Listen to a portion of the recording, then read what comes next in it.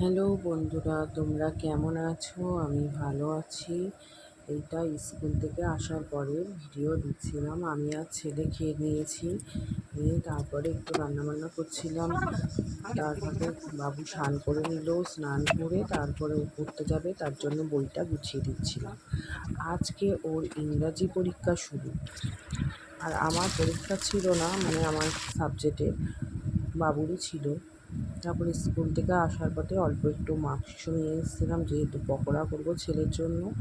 তারপর অন্যান্য কাজ টাজ করে নিয়েছি, ঘরটর মোছা, ঝাড় দেওয়া, দেখতে পাচ্ছ মোছাটা দেখানো হয়নি। আর কাজের ফাঁকে ফাঁকে বাসনগুলো ধুয়ে নিচ্ছিলাম রান্না করতে করতেই, তাহলে বেশি জমা থাকে না। তারপর একটু ঝাড় দিয়ে নিলাম, সামনে ময়লার বালতিটাও রেডি করে রাখলাম, তাহলে ফেলে আসতে পারবো। তারপরে একটু আধটু করে জামা কাপড়গুলো তুলে নিচ্ছি, কারণ হলো জামা কাপড় শুকোতে শুকোতে না তুললে ফট করে বৃষ্টি চলে আসে, সমস্যা হয়ে যায়, বর্ষার দিন তো। তারপর বাসনগুলো গুছিয়ে দিয়ে জায়গার মতো জায়গা রেখে দিলাম।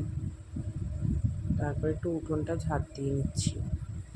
সকালবেলা দুয়ারে জল দিয়েছি, সামনেটা খুবই ঝাড় দিয়েছিলাম, তখন তো ভালো করে ঝাড় দেওয়া হয়নি, তার জন্য এখন একটু দিয়ে দিচ্ছি। এমনিতেও এখন কদিন বৃষ্টি হচ্ছে, উঠোনটা ভেজা ভেজাই আছে। তারপর কলপাটটা একটু ধুয়ে নিলাম। আর পাশের বাড়ির ওই দাদার সাথে কথা বলছিলাম, আমি বললাম তুমি এখনো স্নান করোনি, বসে আছো? তো সেই তো করবো।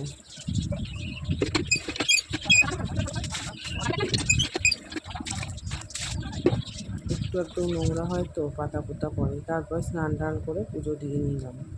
ছেলে তখনও আসেনি পরে। তারপর পুজোর পর একবারে বাসন কটা ধুয়ে নিলাম, ঠাকুরের বাসনগুলো মার যাতে সুবিধা হয়, কারণ কালকে মা সকালবেলা পুজো দেয়, মা সকাল সকালই পুজো দেয়। আমি স্কুল যাওয়ার আগেই মায়ের পুজো হয়ে যায়।